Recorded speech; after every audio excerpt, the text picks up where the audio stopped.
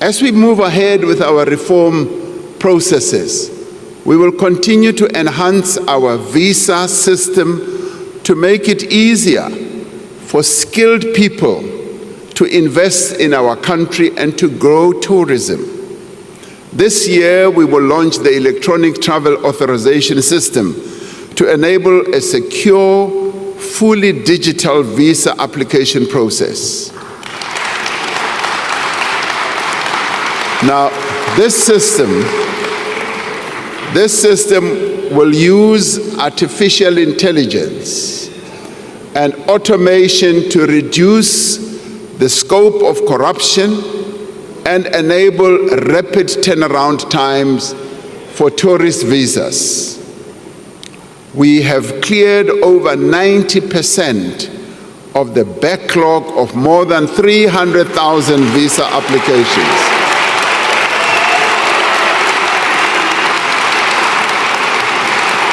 Now, in many ways, these changes that are underway, these reforms that we're implementing, send a very strong message that South Africa is indeed open for business and tourism. As we open for tourism, the Chinese market, the Indian market, the market in the Middle East, the market in Europe and all over are waiting to come as tourists to our country. We want a nation in which prosperity and opportunity is shared by all. For many decades, our economy has been held back by the exclusion of the vast majority of South Africa's people. Black South Africans were deprived of land, of capital, of skills, and of opportunities. Our economy was starved of the potential that it has. And this is why we need to transform our economy and to make it more inclusive. That is why our focus is on empowering our people, on empowering women and persons with disabilities, because they were deliberately excluded from playing a role in the economy of their own country. And we will set up a transformation fund worth 20 billion rand a year over the next 5 years to fund Black-owned and small business enterprises. We will fast-track the regulations of the Public Procurement Act to ensure that businesses that are owned by women, by young people, and persons with disabilities receive equitable opportunities in government contracts. And we have started and will continue to train women entrepreneurs to enable them to compete for government tenders. In November last year, we launched the National Skills Fund Disabilities Program. In its first phase, this transformative initiative will empower over 10,000 persons with disabilities through tailoring training for them and through ensuring that they get stipends and specialized tools. This part of the work we must undertake as business, as government and labor and civil society to enable people with disabilities to play an important role in the economy of our country. For far too long, they've been relegated to the back rooms of everything. Through these programs, we are not only righting a grave historical wrong, we are unleashing the potential of our economy for sustained growth. We want a nation where there is work for all, where every person can earn a decent living and realize their potential. where the rights of workers are protected and working conditions are improved, where women and men receive equal pay for work of equal value. We need to ensure that growth creates jobs for all, and especially for young people. The success of the presidential employment stimulus shows how public employment programs can create meaningful work that generates a wider benefit and contributes to sustainable employment. The employment stimulus that we introduced during the COVID period has created almost 2.2 million work and livelihood opportunities through innovative models that provide high-quality work to participants. The Social Employment Fund has created over 80,000 jobs this year. It has supported more than 12,000 participants to enter entrepreneurial activities. During the past year, young people secured 235,000 work opportunities through the National Pathway Management Network. And this is underpinned by the SA Youth Mobi platform. We now need to build on these innovative programs to create jobs for young people at ever greater scale. And to create jobs, we must leverage our unique strengths as well as our unrealized potential to build the industries of the future, as in green manufacturing, renewable energy, electrical vehicles, and the digital economy that is also driven by artificial intelligence.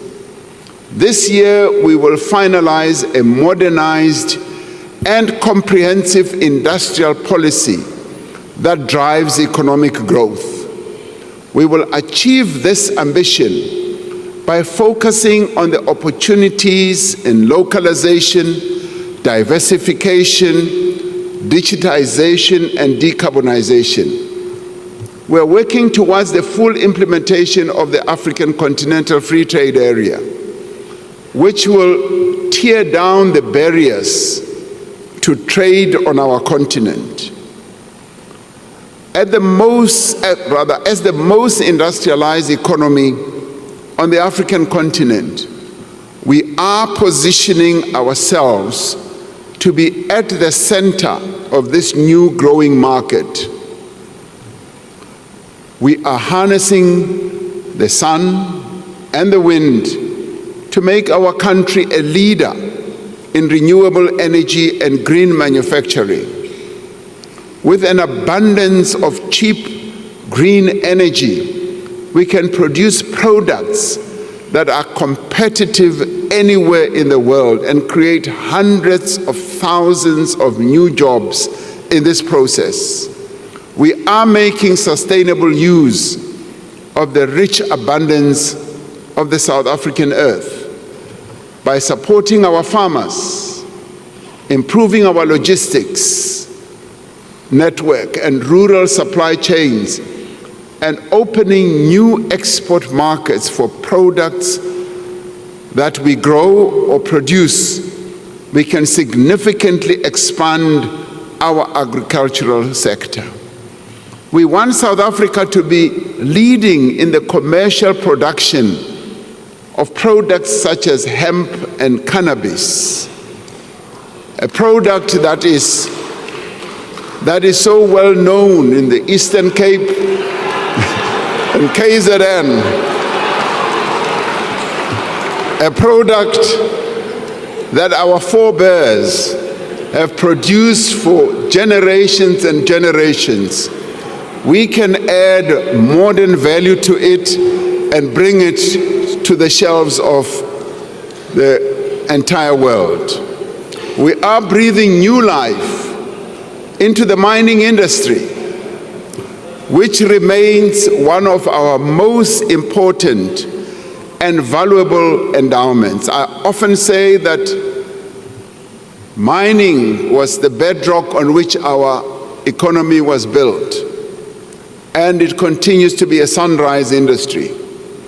We are on track to implement a new, modern, and transparent mining rights system this year, which will unlock investment in exploration and production.